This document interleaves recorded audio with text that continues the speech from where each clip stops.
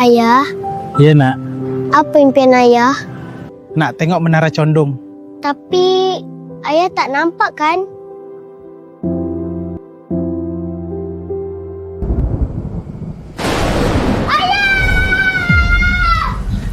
Jangan takut, cuma kilat. Ayah, kenapa gelap ni? Elektrik tak ada nak.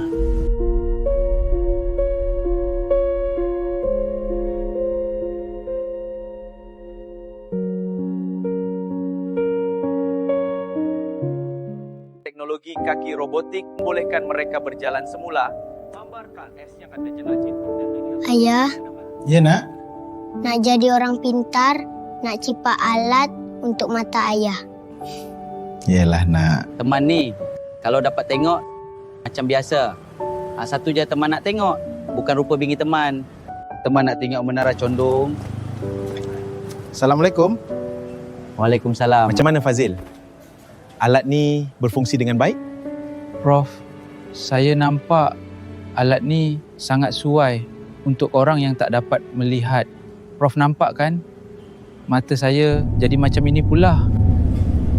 Buka alat tu. Buka? Prof? Ya, buka.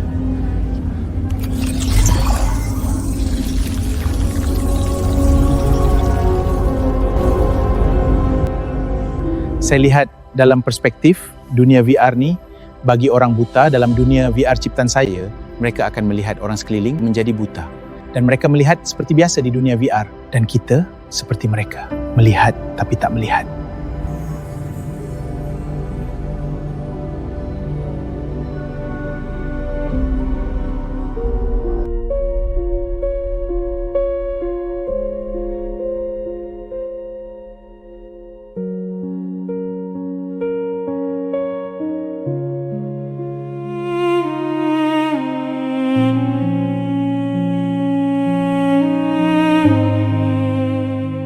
Prof, gembira mereka. Itulah, saya nak membuat teknologi dekat Perak ni.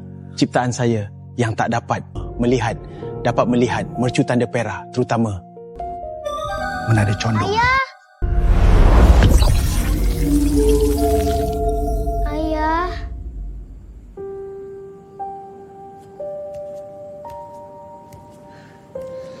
Ayah! Mana ayah ni? Ayah, kenapa gelap ni? Elektrik tak ada nak. Jadi, bagaimana doktor? Prof, saraf optik mata boy. Ayah, Boy faham. Ayah nak Boy melihat seperti orang lain. Ayah, Boy dah dewasa. Boy akan teruskan impian ayah, membuat orang seperti Boy melihat Menara Condong. Apa impian ayah? Nak tengok Menara Condong.